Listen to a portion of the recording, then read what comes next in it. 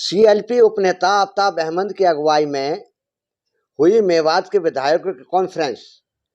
विधायकों ने मामन खान को बताया निर्दोष, सरकार को बताया फेल और नूह व आसपास के हिंसा की हाईकोर्ट के सिटिंग जज या फिर आईपीएस अधिकारी की अगुवाई में एसआईटी टीम गठित कर जांच करने की रखी मांग। आपको बता दें कि सोमवार को नूह विधायक एवं सीएलपी उपनेता चौधरी आफ्ताब अहमद की अगुवाई में मेवात के विधायकों ने नूह कांग्रेस कार्यालय पर एक कॉन्फ्रेंस आयोजित की। कॉन्फ्रेंस में पुराने विधायक मोहम्मद इलियास और तावड़ू से पूर्व विधायक शहीदा खान, पीसीसी सदस्य मेहताब अहमद सहित कई वरिष्ठ कांग्रेसी नेता मौजूद रहे। इस मौके पर सभी विधायकों ने मामन खान को निर्दोष और भाजपा सरकार को फेल बताया और 31 जुलाई व उसके बाद नूह व आसपास के जिलों में हिंसा की हाईकोर्ट के सिटिंग जज या आईपीएस अधिकारी की अगुवाई में एसआईटी गठित कर उससे जांच कराने की मांग रखी है। इस मौके पर विधायक एवं सीएलपी उपनेता चौधरी आफ्ताब अहमद ने कहा, नूह हिंसा के लिए पहले ही माहौल तैयार किया जा रहा था। नासिर व जुनैद की हत्या के तार हरियाणा से जुड़े होने के चलते लोगों में पहले ही नाराजगी थी। सोशल मीडिया पे चल रहे दोनों तरफ से के माहौल के बारे में नूह जिला के तीनों विधायकों ने जिला प्रशासन से मिलकर अवगत करा दिया था। इसके बावजूद प्रशासन नहीं चेता। यहाँ तक घटना के दिन जिला के एसपी और डीसी के छुट्टी पर चला जाना एक साजिश लगती है। नूह हिंसा के मामले में नाजायज लोगों को फंसाया जा रहा है और दोषियों को छोड़ा जा रहा है। इसमें पैसों का लेन देन भी चल रहा है। पुलिस जांच करने के बजाय भाजपा नेताओं द्वारा अधिकारियों को दी सूची के आधार पर नाजायज लोगों को गिरफ्तार कर रही है। नूह हिंसा कि गृह मंत्री को 3 बजे पता चलता है, जबकि सीएम कहते हैं कि वह प्रदेश के हर नागरिक को सुरक्षा मुहैया नहीं करा सकते। आफ्ताब अहमद का कहना है कि फिर तो प्रदेश में राष्ट्रपति शासन लगा देना ही चाहिए। आइए सुनते हैं आफ्ताब अहमद ने कॉन्फ्रेंस में और क्या क्या आरोप लगाए। देखते हैं खबर हक टीवी यूनुस अलवी पत्रकार के साथ। अब बात आई है मोहम्मद खान की, आप भी निर्दोष बता रहे हैं और वो भी निर्दोष बता रहे हैं, लेकिन जो नोटिस भेजा है वो किस मामले को लेकर भेजा हो? 149 नंबर एफआईआर है, कोई पुलिस स्टेशन नगीना की, उसकी बाबत जो है आज तक हमारे साथी विधायक मामन खान के नाम पे कोई एफआईआर नहीं है। किसी भी मुकदमे में उनका कोई नाम नहीं है, ना पहले है ना आज से पहले कभी पूरी ज़िंदगी में उनके खिलाफ एक भी ना रिपोर्ट है, ना किसी तरह का, ना उनका कोई इस तरीके का पीछे का कोई ट्रैक रिकॉर्ड नहीं है। ये सिर्फ द्वेषपूर्ण और यहाँ की मेवात की जनता को दबाने के लिए विधायक को और उसके इलाके के आवाज़ ना करें बुलंद, उसको दबाने के लिए अपनी नाकामी को छुपाने के लिए कार्रवाई की जा रही है। आपने जिक्र किया कि 31 तारीख से पहले 2 बार तीनों विधायकों के साथ एसपी से मिले हैं और जो सोशल वार चल रहा था उसका भी जिक्र किया था। खुद 30 तारीख को भी आपने खुद 29 और 30 को भी जिक्र किया है। तो क्या माने जाए कि जब सारे को प्रशासन के संज्ञान में आने के बावजूद और एसपी डीसी छुट्टी पर चले जाते हैं और घटना के तौर पर जहाँ हजारों पुलिसकर्मी होते हैं और सैकड़ों होते हैं, क्या कहेंगे? यही तो नाकामी है। इसी तरीके का तो कह रहे हैं कि क्यों इसका संज्ञान सरकार ने नहीं लिया, जिसकी प्रायर जो है सूचना और जिन हालातों का उनके जो है उनकी नज़र में करा दिया गया था, ये कहने के बजाय मैंने आपको अखबार की शाया करा। जब इस तरीके की बात हो रही थी तो सरकार की जिम्मेवारी बनती थी कि उचित कार्रवाई करती। अभी भी तो इन्होंने जलाभिषेक कराया।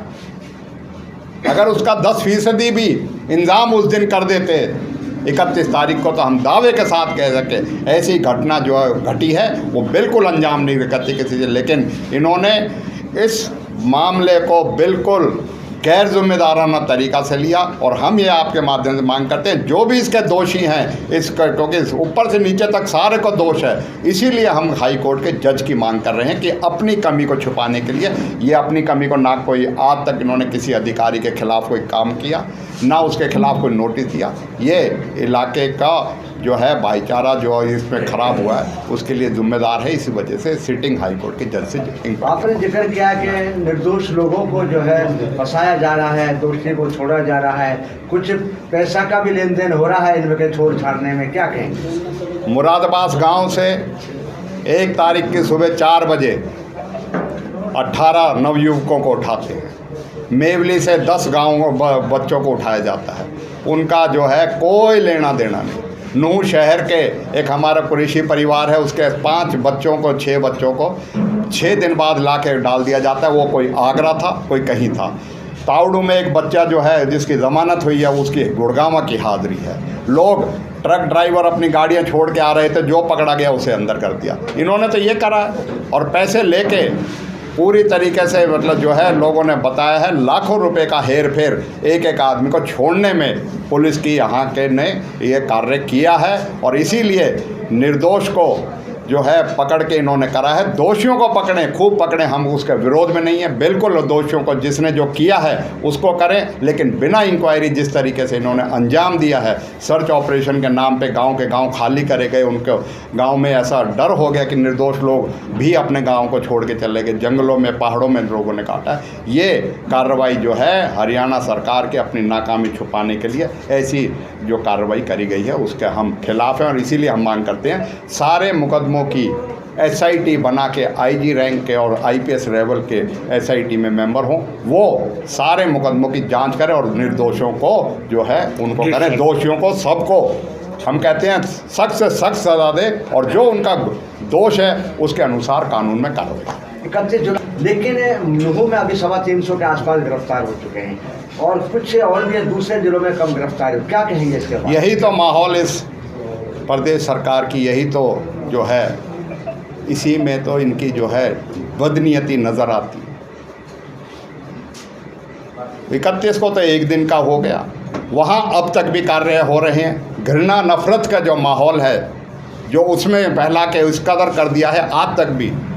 अरे मस्जिद ने किसी का क्या बिगाड़ा, इमाम ने किसी ने क्या बिगाड़ा? ये निर्दोष जो हैं बेचारे अपने खाने कमाने के लिए वहाँ जाते हैं कमाने का, उन्होंने क्या बिगाड़ा? उनका किसी नौजवान है हमारे किसी की जाने में आज डर व्याप्त है बाहर जाके करके। और ये पूरे हरियाणा के 1 दर्जन से ज़्यादा शहरों में इस तरीके का माहौल को रोकने में ये सरकार नाकामयाब रही है। इसीलिए हम हाई कोर्ट की क्योंकि न्यायिक जांच जो है होए, जिससे जो दोषी अधिकारी हैं, जो दोषी हैं उनके खिलाफ कार्रवाई। एकाएक से हथियार खेले गए, बदतमीजी की गई, सरकारी कार्य में बातें डाली, उसकी जमानत जल्दी हो जाती है और काफ़ी अभी जमानत नहीं। क्या कहेंगे, कहीं इसमें प्रशासन के गिर दे रहा है?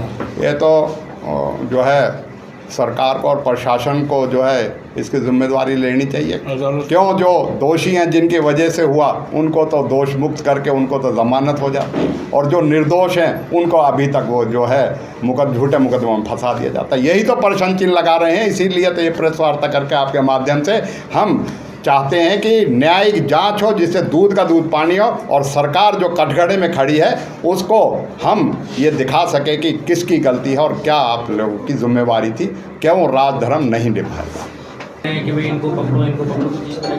देखो ये खेल तो पहले दिन से शुरू हो रखा है। मैंने जैसे आपको गांव के नाम बताए, उन गांव के नाम मतलब जो है आज तक भी उनके खिलाफ कोई सबूत नहीं है किसी चीज़ के लिए। ये लिस्टें कहीं से तो बन के आ रही हैं। और मैं तो आपके माध्यम से ये कहूँगा, हमारे इलाके के भोले लोग हैं बीजेपी के षड्यंत्र में आ गए और अपना जो है इनके खेल में आके अपने आप का नुकसान करा बैठे। क्या बीजेपी को इस इलाके ने वोट नहीं दिया?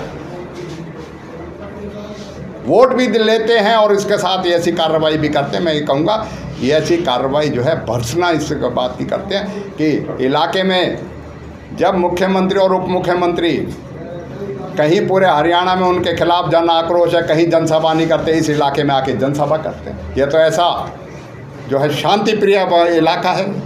पूरे हरियाणा में जब हेलीकॉप्टर नहीं उतरता मुख्यमंत्री का, यहाँ मुख्यमंत्री जनसभा करते हैं। तो ये मैं कह सकता हूँ ये बीजेपी का एहसान फरामोशी है, वोट लेके भी इनके साथ दुर्व्यवहार करना, इनके साथ द्वेषपूर्ण कार्रवाई करना।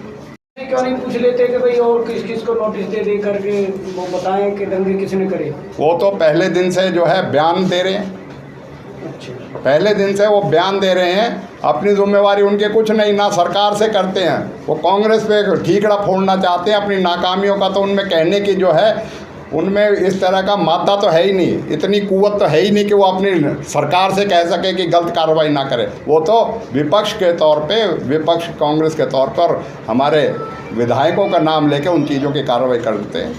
और यही मैं मानता हूँ कि ये दिवालियापन है बीजेपी के यहाँ के नेताओं का।